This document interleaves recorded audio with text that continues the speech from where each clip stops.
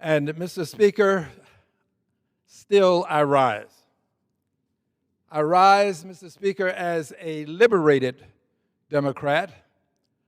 I rise, Mr. Speaker, unbought, unbossed, unafraid. I rise, Mr. Speaker, as the only member of the House of Representatives to be removed from a joint session of Congress and thereafter to be censured. I have been censured, Mr. Speaker, but I have not been silenced. Censured, but not silenced. Mr. Speaker, I rise today in agreement with the President. This is indeed a dark day. Yesterday was a dark day.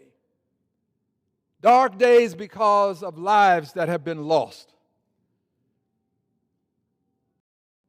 This day, the USA Today has published an article styled 24 years after 9/11, Alliances Fractured, referring to what happened on 9/11, the lives that were lost to terrorism. And then, Mr. Speaker, there's another article that I would call to your attention in the Washington Times. It is styled, Growing Left-Wing Violence, Blamed for Deadly Shooting. Mr. Speaker, I wish to address violence. I wish to address violence, and I wish to start by indicating that on yesterday, I published a tweet. And this tweet, Mr. Speaker, indicated in essence that this is the time for all persons of goodwill to take a stand against violence. And that persons should do this because Dr. King was right, and his words are right today. We must all learn to live together as brothers, he said. I would add, and sisters. We must all learn to live together as brothers and sisters, or we will perish together as fools. I did not know Mr. Kirk. I don't believe I've ever met him. I meet a lot of people, so I may have, but I don't believe that I have. But here's what I know about him. He was a human being. He was a child of the same Creator that created me. He had every right to express his views. He had every right to differ with me as much as he wanted to, and anybody else. He had every right to be where he was and to speak on the issues of importance to him in ways that I might not agree with. But he had a right to do this. He had a right to life. He had a right to say these things in venues across the length and breadth of this country, and I would say across the globe. These were his rights. He had the right to be where he was and to do what he was doing. I don't know him as a person who has said things that I would always agree with.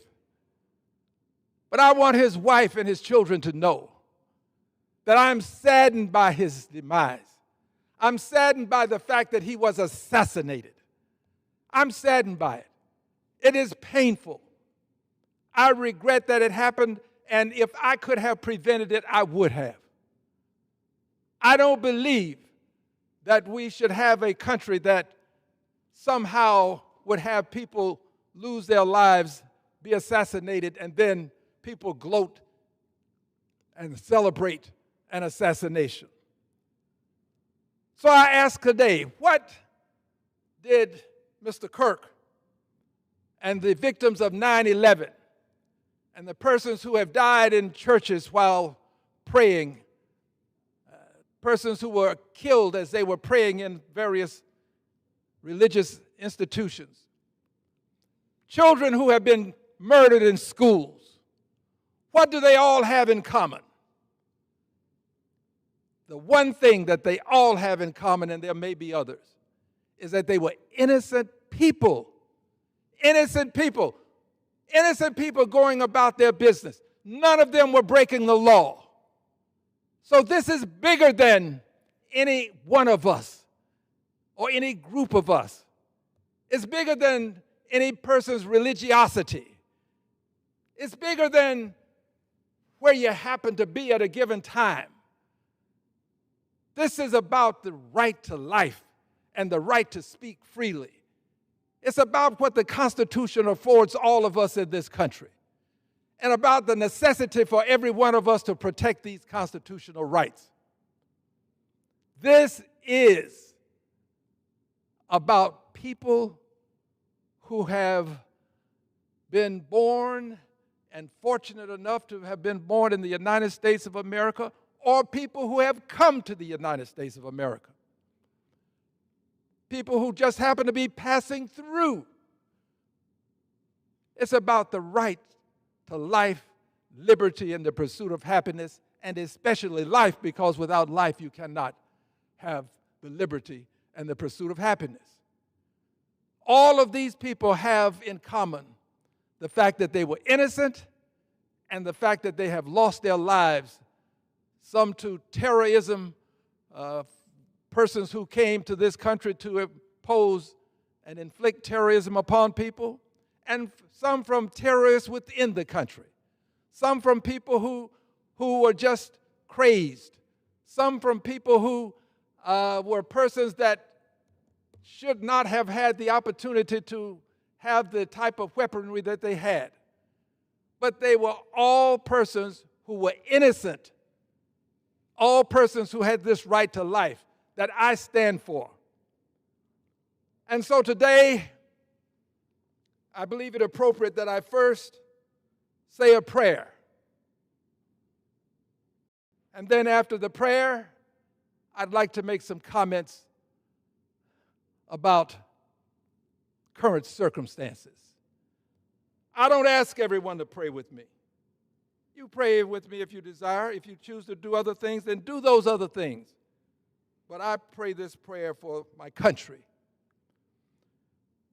Most gracious Creator, we know you by many names, but we also know that by any name you are the creator of all that was, is, and ever shall be. By any name, you created air, the breath of life. By any name, you created water, the elixir of life. By any name, you created the star that we call sun, the light and warmth of life. By any name, you created the terra firma that we call earth, the foundation and the home of life. And by any name, I beg that you would understand and pray that you would give me the courage to not only speak truth to power, to speak it in a righteous way, to have the courage to do all that I can to protect all of your creation. So I ask you to give me the strength as I speak today to talk about the circumstances that have